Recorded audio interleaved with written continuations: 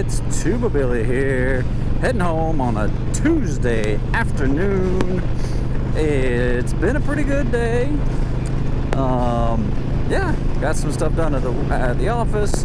We had a fun little activity for some 4-H kids, with kids in the kitchen making some dog treats because we can't make food to eat because COVID and all, but we can make dog treats for dogs to eat because that's okay.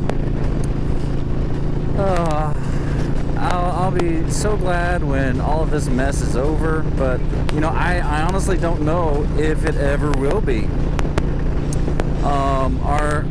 It seems like our country and the politics and everything just go from one crisis and one emergency onto another one. Recently we've had some shootings in the country. One in Atlanta, now another one up in Colorado. And I saw recently that Biden wants to ban all assault weapons. So I have a question, and I want your input. What criminal would be stopped by an increase in gun control laws?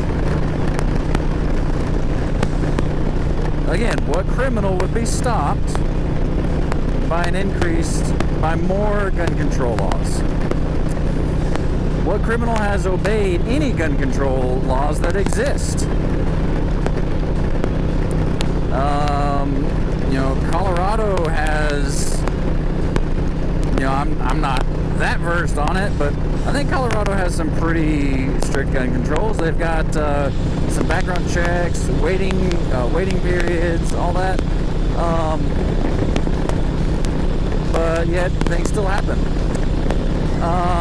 We're in America. We've had gun culture for so long, pretty much. Since the birth of the nation. The founding fathers, saw it in their infinite wisdom to make it just a little bit important, where they made it not the First Amendment, but the Second Amendment. The right of the people to keep and bear arms shall not be infringed. That's it. The First Amendment is the freedom of speech. The Second Amendment is to defend the First Amendment. So the more gun laws and the more gun restrictions and the harder it is to get guns legally, gun advocates and really common sense, if you ask yourself, that's only going to make it harder for the good guys, for citizens who just want a gun to protect themselves, or want a gun for the sport of shooting, target shooting. If you've never shot an AR-15 or an M4 or M16, the military version of those, you're missing out. It is pretty awesome. When you got a target that's 300 yards away and you can take it off, it's a pretty cool feeling. And the smell, I love the smell of gunpowder. But when it comes down to completely banning assault weapons, so let me tell you who in the nation has assault weapons. The military. The military. Let's see. Don't forget the military. And maybe a few citizens who have gone through rigorous training and certifications, there we go, certifications to be able to own automatic weapons. That is an assault weapon. Automatic weapon. assault weapons do not necessarily have to be black. They do not necessarily have to have a pistol grip. Those things just make them look scary to people who are anti-gun. I'm gonna slow down a little bit. It's getting a little windy. So, I mean, the Second Amendment got something in my nose in a second. Oh man, dust or hair or something. I don't know. Tickling my nose. But your typical AR-15 is a semi-automatic weapon, meaning you pull the trigger once, it goes bang once. Fully automatic, you pull the trigger, it goes bang, bang, bang, bang, bang until you let go of the trigger. So they are not, by definition, assault weapons. And you know, the fact that they're trying to ban assault weapons just goes, they're going for the fear factor. These dangerous, scary assault weapons, they're harder to shoot. They go off on their own. I've seen those documents. Joe Biden himself was like, you don't need an AR-15. It's harder to shoot. It's harder to aim. You know, get yourself a double-barrel shotgun. Go out on the balcony and fire 2 blasts.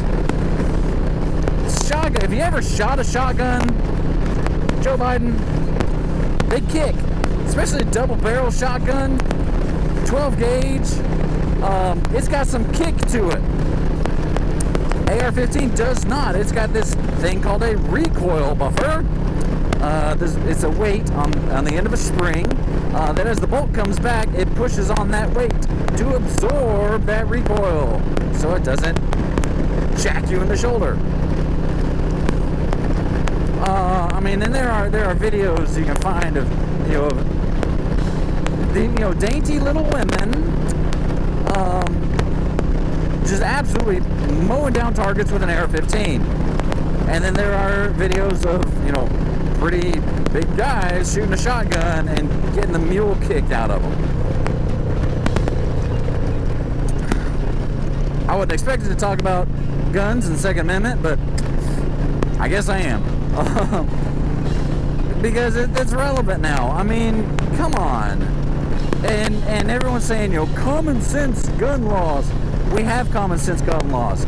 We already have background checks. If you go to buy a gun, you get a background check. The gun show loophole, there is no gun show loophole. If someone is from a gun dealer is selling a gun, they have to do a background check, period. What they're trying to do with these universal background checks is to cover up all the private sales and transfers. So, for example, if my father wanted to buy a gun for me for Christmas, so he would have a background check when he bought it, and then in order for him to give it to me, we would have to go to the dealer, pay a fee to have a background check done on me. Now, the only way to know if those transfers are happening is by a gun registry. So a gun registry historically has led to gun confiscations, which then has led to totalitarian dictatorships. I mean, it's history. The politicians in power right now don't want you to know that. So that's my question. Is what gun shooting could have possibly been prevented by more gun laws? Let me know in the comments down below what you think. Like, comment, share, subscribe, all that jazz. Let me know what you think. Do you like guns? Do you hate guns? Either way, I'm telling you my stance. I support the Second Amendment.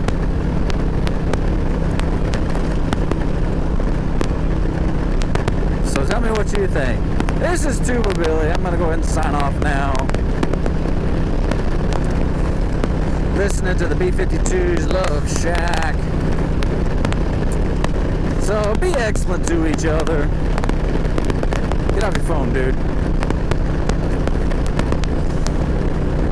Tuba Billy signing out.